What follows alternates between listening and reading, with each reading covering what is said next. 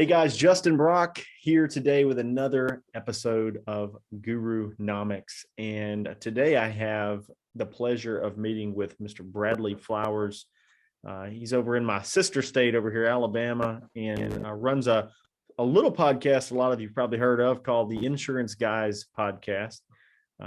They had me on their podcast a little while back. And so when I was going through who I wanted on here, I was like, man, I'd like to interview them. I don't see them getting interviewed a whole lot. They interview a lot of other people. So Bradley, how are you doing today, man? I'm good. Perfect. So as we were just talking, Asked to be on other podcasts. Oh yeah.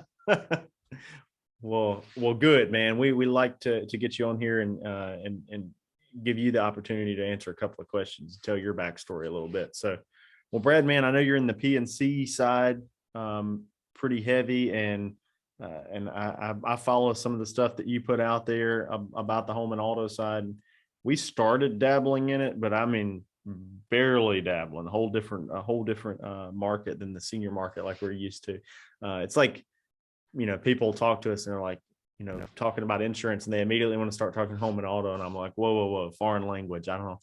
I don't know anything about it. Likewise with the senior stuff, have no interest whatsoever. Yeah, it's crazy. So, hey, well, tell me backstory, Brad. How did you get into insurance? What brought you into I tell people all the time, normally very interesting people or odd people end up in insurance and are successful at it. So, and I don't mean that in a bad way. I think a little bit of odd is good. But how did you end up in the insurance world, buddy? Yeah, so I, like a lot of insurance agents, I was a golfer growing up, and I remember telling my dad, and we've interviewed a ton of people. I don't know if I've ever had anybody say when they were a kid they wanted to be in insurance, but I was. I remember being a kid telling my dad, I want to be an insurance agent when I grow up, and he was like, well, why? And I was like, well, Mr. Bob and Mr. Chris are both at the golf course literally all day long, and and they get to play golf, so that's what I want to do. And obviously that's not a great metric to gauge what you're going to do the rest of your life, right? Yeah. So now, and of course I ended up years later getting into business, and now I literally never play golf, have no interest in it whatsoever.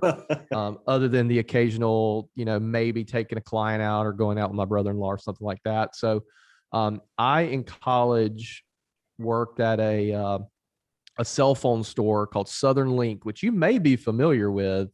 Yep. Southern Link, similar to Nextel Beat Beat radios, Southern Link was a competitor of theirs.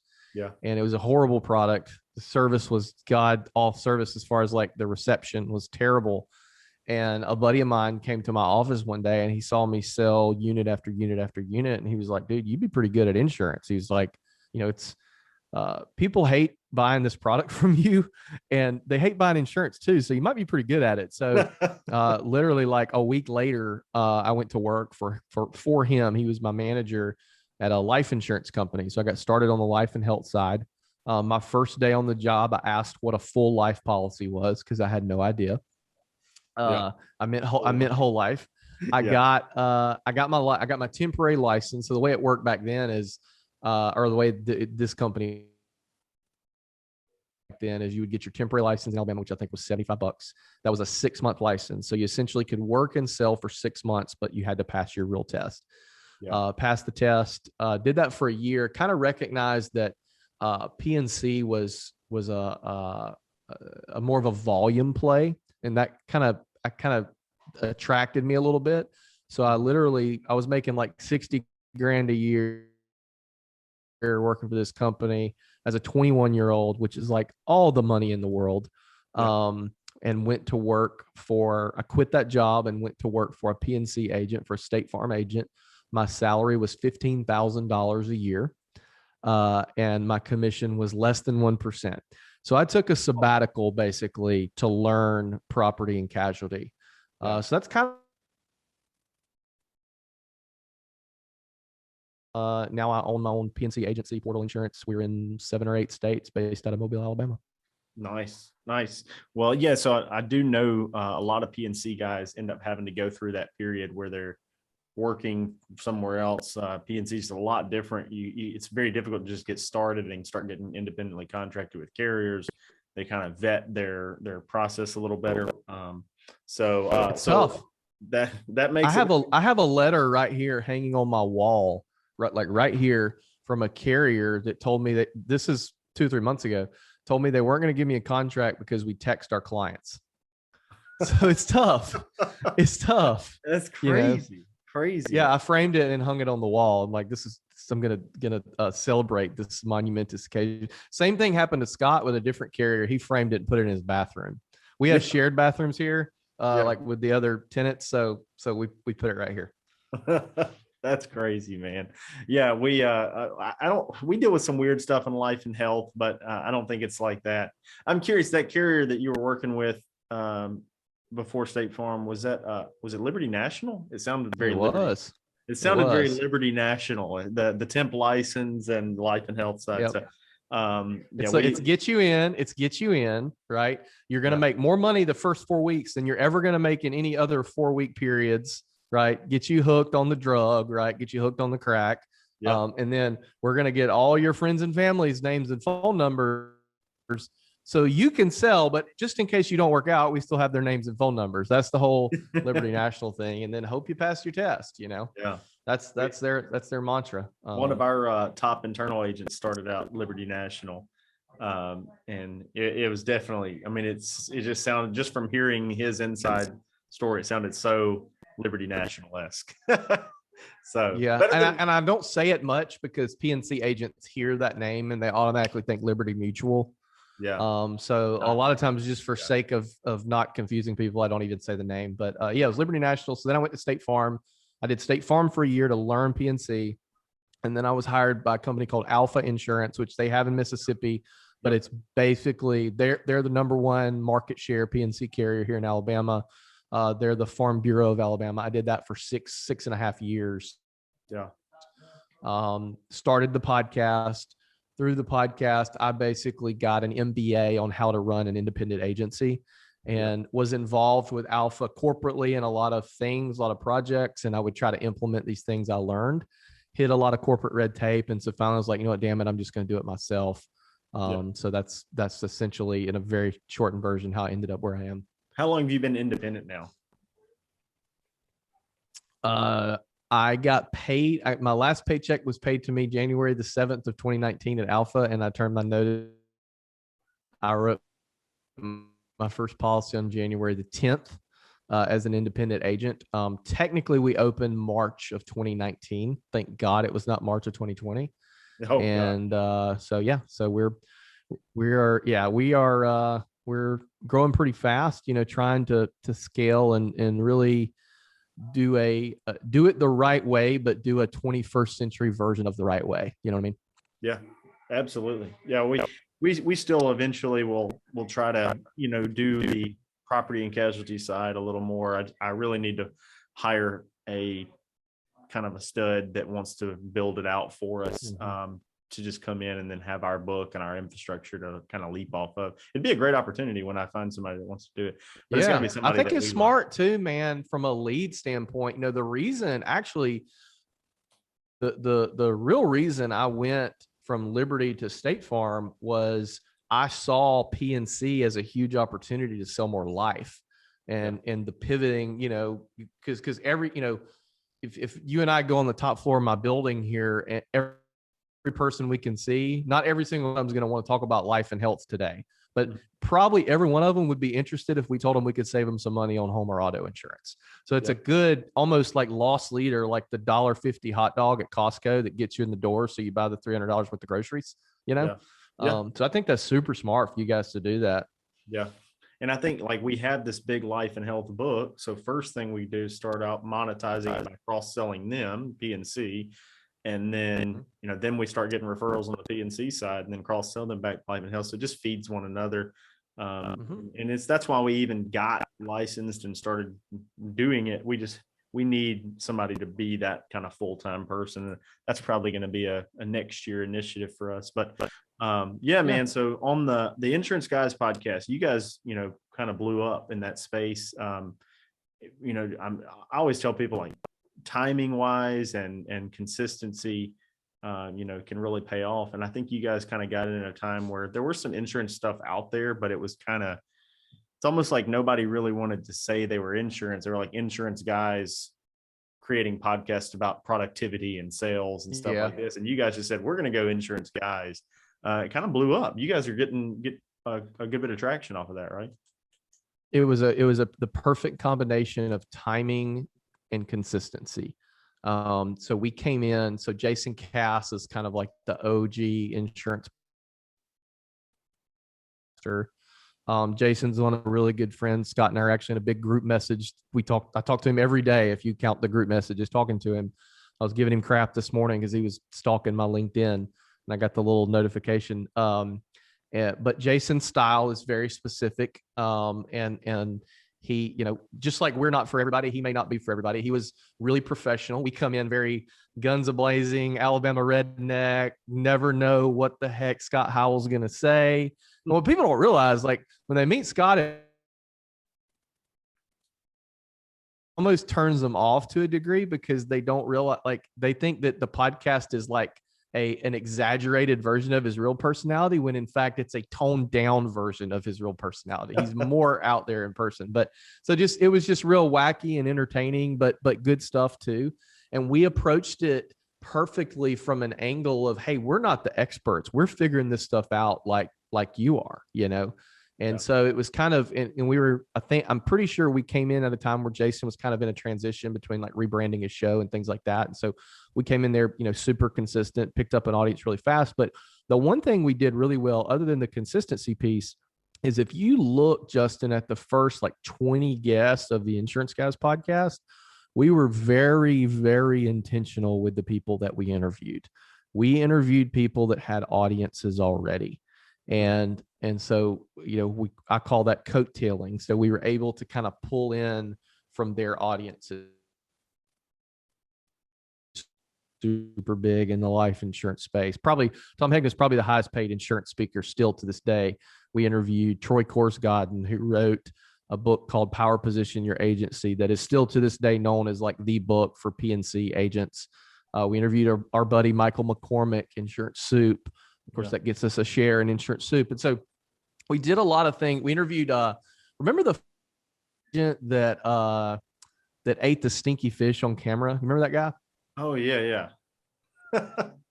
He ate this fish, and if he ate it, his kids got a new bike or something like that. So he's sitting there dry heaving, and his kids are like, "Go, Daddy." It went like 10 million views viral. Now, while I don't necessarily agree with that form of shock jock marketing, we interviewed that guy. There was another guy. There's a post that goes around every couple of years of this guy that was going around downtown in his city. Downtown in his city, and he was paying for people's expired parking meters and leaving his business card. We interviewed him. So we interviewed these people very strategically that had gotten some, and so that allowed us to kind of accelerate our growth a little bit. And then you combine that with the consistency. But the most important thing is, if we had an audience of 200 people, we would still be doing it today. We never approached it from we have to get to this many people and tracking our numbers. I'm in this big group with a bunch of podcasters, and everybody's like, where are y'all at this month? Like % growth. And I'm like, I haven't looked at my numbers since June. I don't care, Yeah. No, I agree, because we started off on other platforms producing content, and then eventually it's just like, we're already interviewing people, we're already putting up YouTube videos. Why do we not audio rip it and use and do a podcast? And then we started making some of the interviews the podcast theme, but people like long form interviews. They like to hear people's stories. And so somebody told us, this is after I was on your podcast, somebody, I think it was Roger Short, that has a Life Insurance Academy podcast, was talking about the metrics of, it wasn't necessarily, he was talking about how many people were listening. It was how long they would listen. And I knew the metrics on how long somebody would watch a YouTube video or that kind of stuff. And I was like, wow, podcasts really get a high intent listener, which is pretty cool. My friend, Phil Treadwell, who is doing a lot of the same things in the mortgage space that you and I are doing in the insurance space. He's kind of a talking head in that space. Yeah. Good guy. He told me a stat. I don't know where he got it from, but he's a trustworthy guy, so I know it's legit. Told me a stat that if you take the top 10 most watched videos on Facebook and YouTube ever, and you look at the audience retention, the average audience retention is 7 seconds. If you take all of the podcasts on Apple, including the ones that are really short, the average retention is 37 minutes. Holy cow. So just that in and of itself, approaching this from an advertising standpoint, I don't think there's, and I'm not saying this because I'm biased and have a podcast, I don't think there's a better ad spend than if you sell razor blades and you find a podcast that the audience is going to be interested in razor blades and buy ad space on that podcast. I don't think there's a better spend. I really don't. Yeah. Yeah. I know when I went on Brad Lee's podcast, it was right after he started, and he had never really done any paid endorsements, but Manscaped, who was going like ham in advertising in the end of like last year, beginning of this year, he had just endorsed, and basically I think he said like he had been reached out to several times doing a paid endorsement, and he didn't want to do that as part of his thing because he has a different business, model. The podcast kind of came after the business to some degree, and but he said he could get behind manscaping because he thinks that's what everybody should be doing. So he's like, of course I'll take the money to endorse it because I'd endorse it anyway. So but like that was kind of our angle too. It was funny because I actually went and bought a manscaper after hearing him talk about it. And I had already heard about manscaping, but it was like, you know what? Bradley said to get one. So I got one, and good purchase, by the way. So anybody wanting a manscaper and on the fence, here's my unpaid endorsement of the manscaper. Put the code in Brock. That's BROCK to get 10% off. That was kind of our angle too in the beginning. It's like, hey, we turned down some sponsorships in the beginning. We've turned down big money sponsorships here in the last few years for companies we just don't align with philosophically, but that was in the beginning. It was like, it's got to be somebody we use. I don't want to be the NASCAR stock car of, podcasts. I want to thank the DuPont Chevrolet, Justin Brock, they rattle off like 15 spots. We don't want to do that.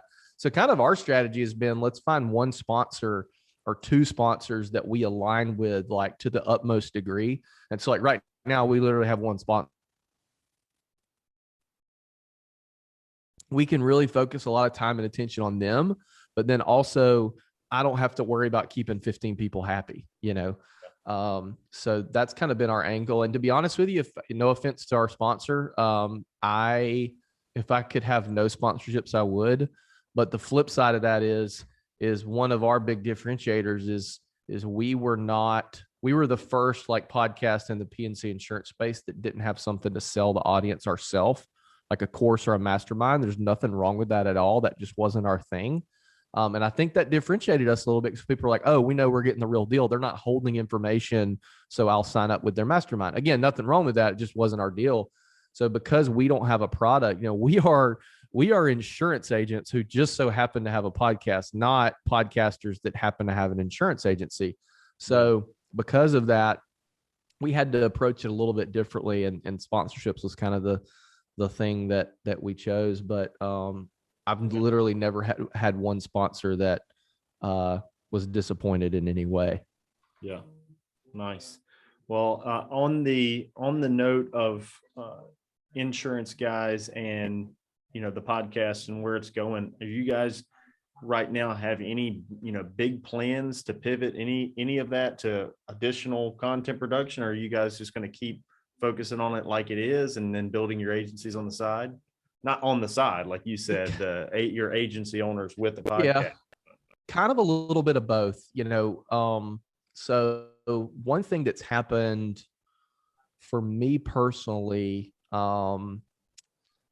we'll probably never turn it into like, we'll never have an offering. I never want my podcast to be a funnel to get people into other things. I just want it to be this standalone silo. if we have other businesses that kind of align with it, that audience could purchase, things from us from, I just want to do that, Yeah. So one of the things that's been super interesting, Justin, is so my like long-term goal, like where Bradley wants to be 10 years from now, is being able to invest in companies like startups in the insurance space that I believe in and run them through my machine of Insurance Guys podcast and essentially put them on the map, for lack of a better analogy.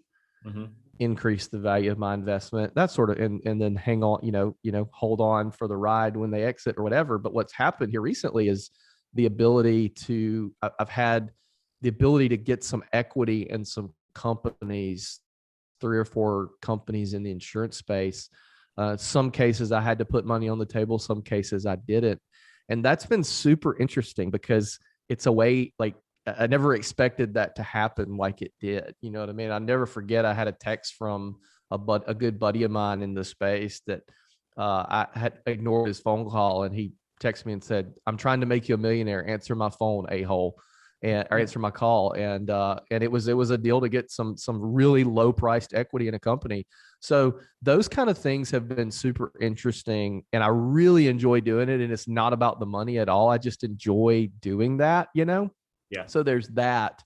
The other thing that we're doing, so we're actually, I apologize if you're not okay with me dropping this, but we're actually today going to announce our first mastermind / conference event. So we're not calling it a conference because it's only 100 people, but we're doing a 100-person event in Denver, Colorado, in conjunction with our sponsor. And we booked, technically we booked the Denver Broncos Stadium for that. Now it's just a meeting room at the Denver Broncos Stadium, but the ability to say it's at Mile High Stadium, it has a little bit of jazz to it. So we're in the process of firming that up right now. That's going to go live today. We've already sold. We've got about a third of the event paid for with the tickets we've sold. But so we're doing that, and then really outside of that, just kind of speaking gigs. One of my favorite things to do in the world are speaking engagements. Yep. Not because I like speaking. I actually don't like speaking. I like what I get from it, the connections and the relationships and things like that. So that's probably, kind of the 3 ways that we monetize without directly telling our audience, "Hey, buy this product," Yeah. No, I agree. I mean, a lot of what we do, is content marketing. I have a lot of people that say, "Why do you keep producing so much content? Why are we been putting stuff on YouTube for years? And why are we?" And it's not like we're Gary Vaynerchuk with, millions and millions of followers or anything. We have a significant, niche following, but some people, that are, I would say a lot of people probably think, "Oh, we make so much money from a following." Not really. Like our insurance agency makes us way more money, but I mean, like the lion's share of our revenue comes from actual insurance sales.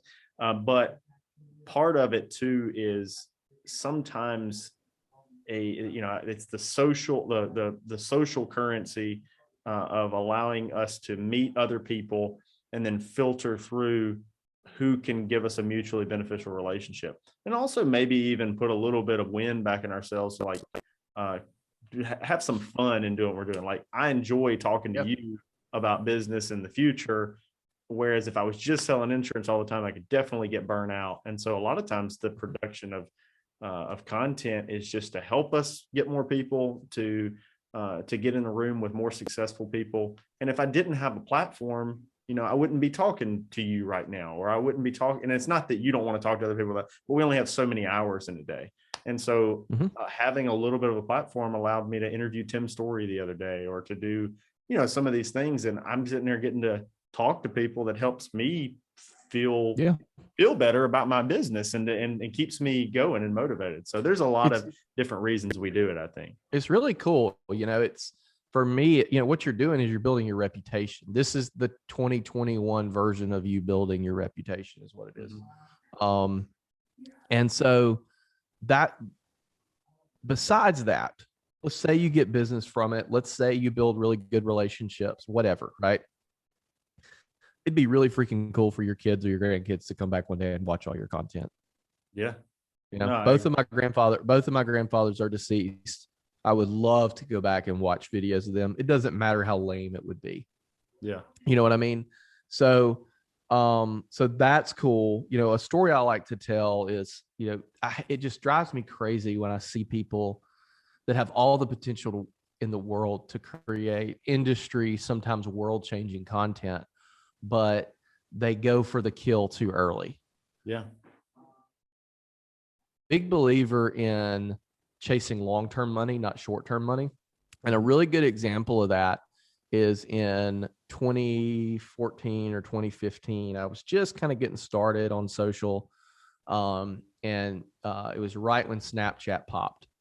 And, you know, some of these, like the Gary Vaynerchuk types, when there's a new platform, it's easier to get to them on these new platforms.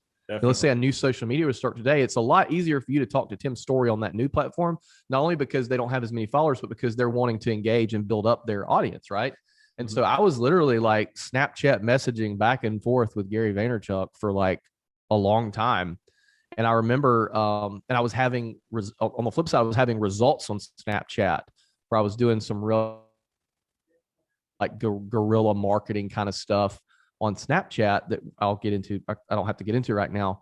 And like one of my campaigns I did on Snapchat had like a 360% ROI on it. And I messaged Gary and I'm like, hey, how would you capitalize on this? And he said, I would reach out to the top industry publication in your industry and offer to write a blog post detailing exactly how you did that. And the publication I reached out to was lifehealthpro.com, which is now thinkadvisor.com. And I reached out to them.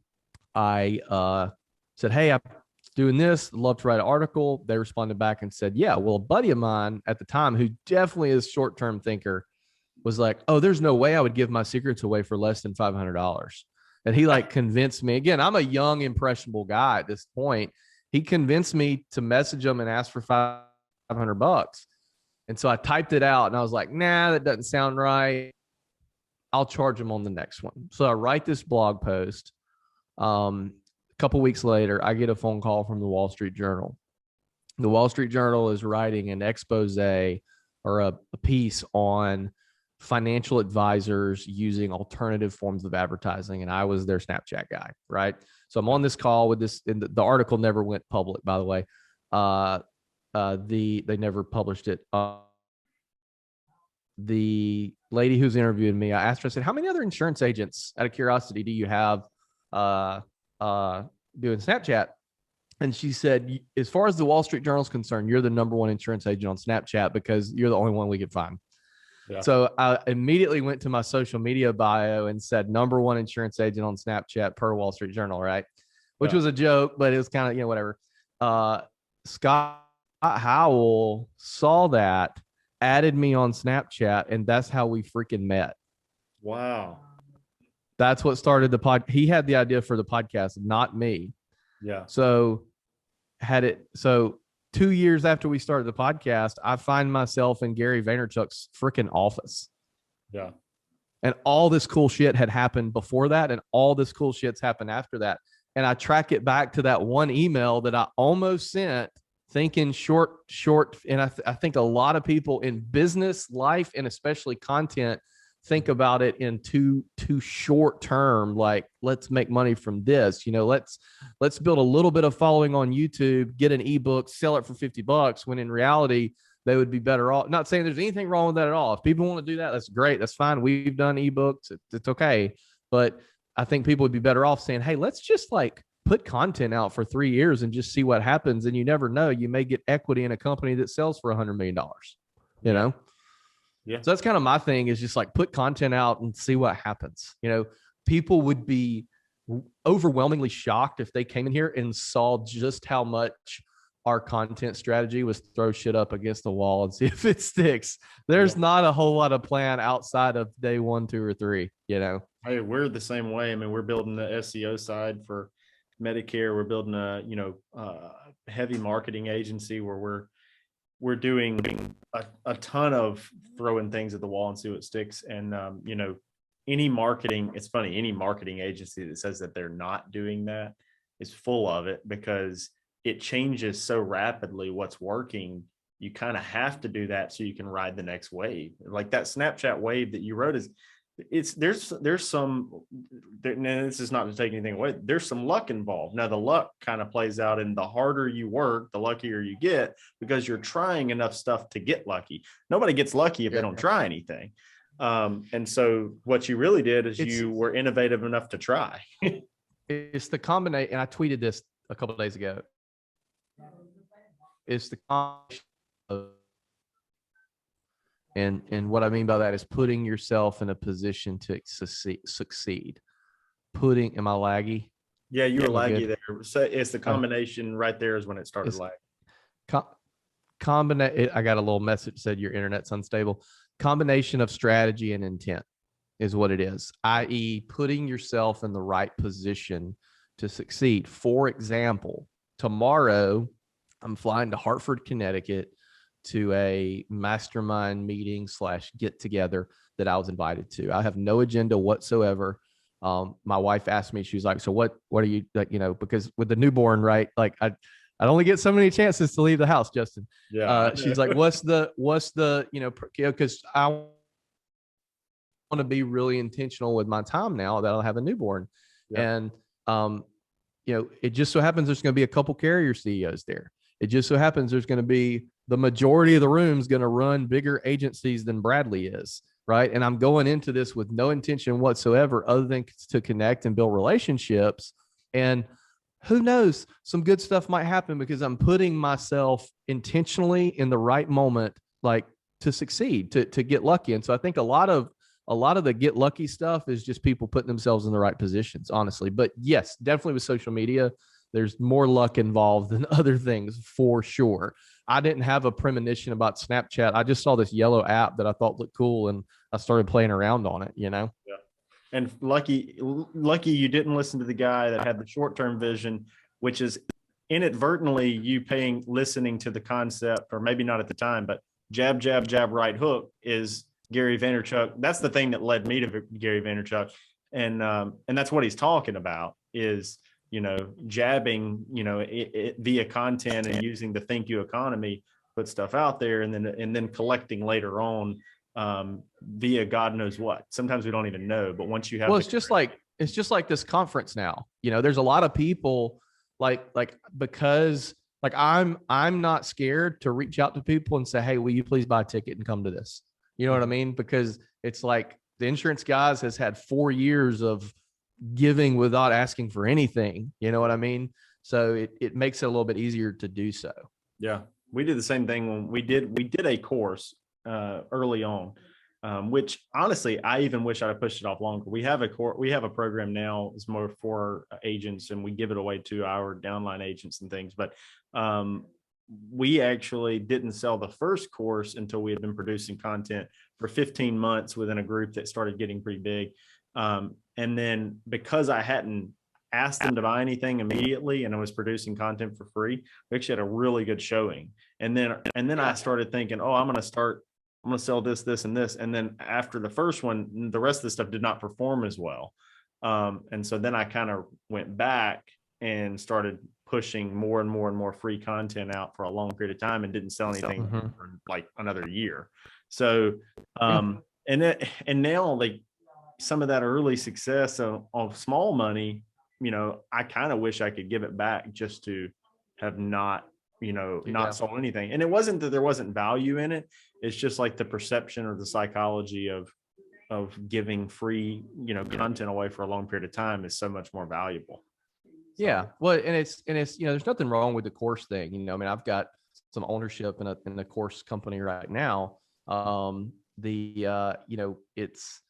It's all about how you approach it. I had a buddy in another industry, in the real estate industry, that's huge, like millions of followers in the real estate industry. And he told a story one time. He said that he had this group, this course / group that he was charging $100 a month. He was like, I had, either 100 or I think he's had 100 people paying me $100 a month. So he's making 10 grand a month from it. No overhead. Yeah. And he said, I got to where it just didn't feel right. I'd get on stage. And when I was on stage, I wanted to help these people to the utmost degree, but I couldn't give everything because on the flip side, I had these people who are paying me for this information. Right. But on the other hand, you see what I'm saying? Like he was in that conflict, and he said, so I decided to, he decided to completely go 100% free. Well, now the group has like 100,000 people in it. And he's like, and I get affiliate deals with these companies that I use. He's like, so it's not like and I get a percentage of what, and I'm sitting there doing the math, and this is on a podcast. He's telling me this. I'm sitting there doing the math in my head. I'm like, okay, so I know from the insurance guys, like worst case scenario with the right audience, you're going to have about a 1% return. So 100,000 times 1%. And then about that time the episode ended, I said, you're making more money now, aren't you? He said, making a lot more money doing it this way. Yeah. But it's like, all this stuff's like one thing, the thing that I hang my hat on the most, Justin, I'm an insurance agent first. If all this content stuff went away tomorrow, I would still be an insurance agent. I would still have a pretty successful insurance agency that we built from scratch, from the ground up. Yeah. Bit of a narrative in the industry now from certain people who are like wanting to hate on the guru, the whatever. I've never called myself that, and I'm not doing that now, but like hate on the people who say, oh, Bradley, all he wants you to do is video and build your personal brand and da. But I'm like, I've built a real insurance agency based on all these things I'm saying. There's nothing I'm going to tell people to do in a piece of content that I haven't done myself. That's why I don't talk about NFT or crypto. I tweeted this morning, I bought my first NFT this weekend. I was like, oh my God, that was the most complicated process I've ever done in my entire life that I've had success from. I don't talk about SEO. I don't know dick about SEO. Yeah. I got a guy building my website right now. He's doing all the SEO stuff for me. So I don't talk about these things, but I've used all of these things I'm talking about in content to insurance agents. I've used these things to literally build my freaking insurance agency. So it doesn't really bother me when people say those kinds of things, because, I know I'm not one of these people that's a podcaster first and insurance agent second, right? I'm the insurance agent first. I have a successful insurance agency. That's how I pay my bills. Everything else is extra lagniappe, as we would say down here in Mardi Gras country. So, yeah. Well, I like that. Yeah. I see a lot of YouTube ads right now where people are like bashing the guru, bashing the experts. And I guess that's just their way of piggybacking off of maybe, the pissed off people out there that haven't figured something out yet. We're in an interesting time of social media in two regards. We're in a time of, I'm going to say the most controversial thing I could possibly say just so I could get attention, even though I really don't believe it. Yeah. And we're also in a time of don't do the thing that made me famous. Yeah. We're in the time of these people that are like, you shouldn't do a podcast, even though I did a podcast and everything good that's ever happened to me in my entire life has came from a podcast. So we're in the time of those two things. Whereas if people would just keep it real and tell their truth, tell their honest opinion, tell the way they feel, talk about the things they talk about, dance with the girl that you brought to the dance. It's all going to come out like in a net game. You're going to win. Right. Yeah. No, so I agree, man. Well, I appreciate you coming on here, and it's I love the backstory about Snapchat, Think Advisor, all of that, because that's pretty cool stuff. And I'm sure we'll have you back, buddy. Hope you and the newborn get to spend a good day together before you head off to Connecticut. Hope Connecticut is time well spent. So appreciate you being on, man. All right, man. I really appreciate it. I'm happy to come back anytime. Absolutely. Did you subscribe to the YouTube channel? Did you like the video? Please turn your notifications on and head over here to our next video. And if you haven't joined our Facebook group, check out Medicare Gurus. It's over 7,000 members strong currently, and there's tons and tons of wealth of information and knowledge from experienced agents as well as new agents that you can find and help shepherd. So thank you guys so much for watching. Check this video out right here.